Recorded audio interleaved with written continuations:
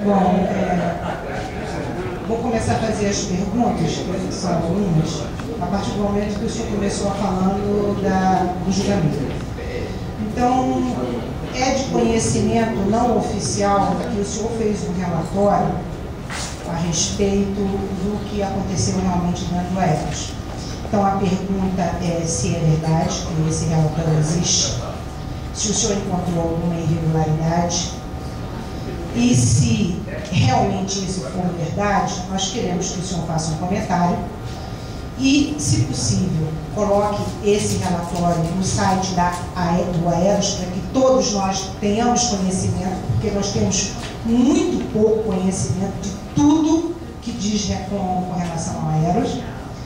E, se o senhor tem provas de que houve irregularidades, nós queremos saber se o senhor vai disponibilizá-los ao nosso advogado, Dr. Castanha Maia, que precisa de provas para nos defender na ação civil pública. E, passando para a questão dos planos 1 e plano 2, é uma outra pergunta que não agrada a todos, mas que todo mundo gostaria de saber. Se houve irregularidade na transferência de recurso do plano 1 para o plano 2, porque muitos dizem que tiraram o dinheiro do plano 1 para o plano 2, levaram o dinheiro, sendo que os colegas que contribuíram para o plano 2, eles estão certos em dizer que estão no plano 2, que levaram o dinheiro que eles pouparam. Agora, nós queremos saber também se nessa transferência foi o dinheiro da Varig que não existia, aquele que a Varig não pagava, e que no final, se esse dinheiro também foi contabilizado, porque ele não existia, para ir para o plano 2, porque o plano 1 está altamente prejudicado. E se o senhor poderia também dar uma satisfação para a gente com relação ao patrimônio que nós temos ainda, porque a gente fica sempre naquela expectativa de que vão empurrar o banquinho e a gente vai se importar. Então, nós temos para receber, como o senhor está dizendo, mais 11 meses, 12 meses a partir do mês de março. A partir de dezembro, a gente tem mais algum patrimônio, alguma coisa, alguma liquidez, algum dinheiro, plano 1, ou esse é o último.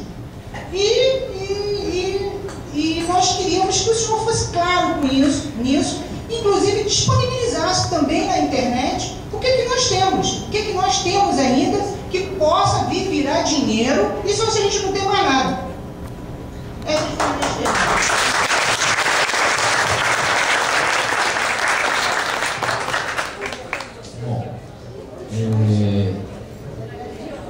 Eu vou começar a responder de trás para frente, né?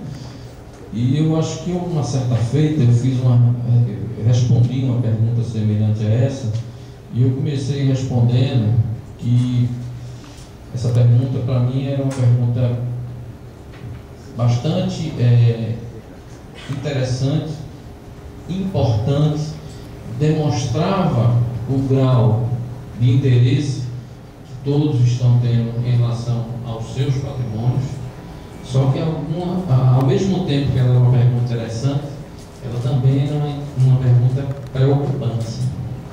Acho que alguém já, num daqueles encontros, né, que a gente fazia e que vai até retomar, eu coloquei exatamente isso. Ela é interessante, mas ela é preocupante. Interessante exatamente por isso, estar aqui esse grupo hoje fazendo esse tipo de pergunta. Preocupante por dois aspectos básicos. Primeiro, porque as respostas estão publicadas no site do Aeros. O patrimônio de vocês está devidamente publicado. Preocupante porque talvez, se essa necessidade de hoje vivenciada tivesse sido lá atrás discutida, né, essa busca por informação, a colocação de pessoas, e não vou entrar aqui no método, né, se tivesse sido feita há 10 anos, há 15 anos atrás, a gente talvez tivesse tido uma chance diferente, certo? Então, assim, a resposta, gente, os números estão no site do Aeros. O que é patrimônio líquido, o que não é patrimônio líquido, o que resta de liquidez, né? O que compõe essa parte de patrimônio não líquido, que além dessa parte de imóveis, de participações existem as ações, né, Paranapanema, Tupi, Quebra-Quebra, está tudo lá. Ok? Então, dentro desse processo de transparência e até a obrigação que existe, né, da gente estar divulgando, é feito isso. Mas está separado que é do plano 1 Tá. 2? Tá. Totalmente separado. Ok? Confesso que para muitos o assunto é um pouco árido ainda, né? A leitura daqueles, né, de balanço, isso daquilo não é muito, embora a gente faça um esforço muito grande de tentar colocar o mais fácil possível, né, a informação, mas a gente tem obrigações, né, tem que adotar aqueles princípios contábeis, aquelas regrinhas, né? Enfim, tem todo um contexto aí contábil, jurídico, atuarial, e que não dá para a gente fugir dele, né? Infelizmente não dá, ok? Bom, com relação à divisão, né, como eu disse, lá atrás foi feita, quando foi criado os planos, foi feita a distribuição. E por que que o plano 1 hoje tem uma liquidez menor do que a do plano 2? Bom, duas razões básicas. Primeiro, que lá atrás, talvez a grande maioria foi para o plano 2, né?